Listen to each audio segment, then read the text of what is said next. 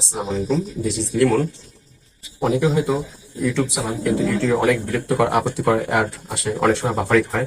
তো আজকে নিয়ে আসলাম অনেক চমৎকার একটা সমাধান।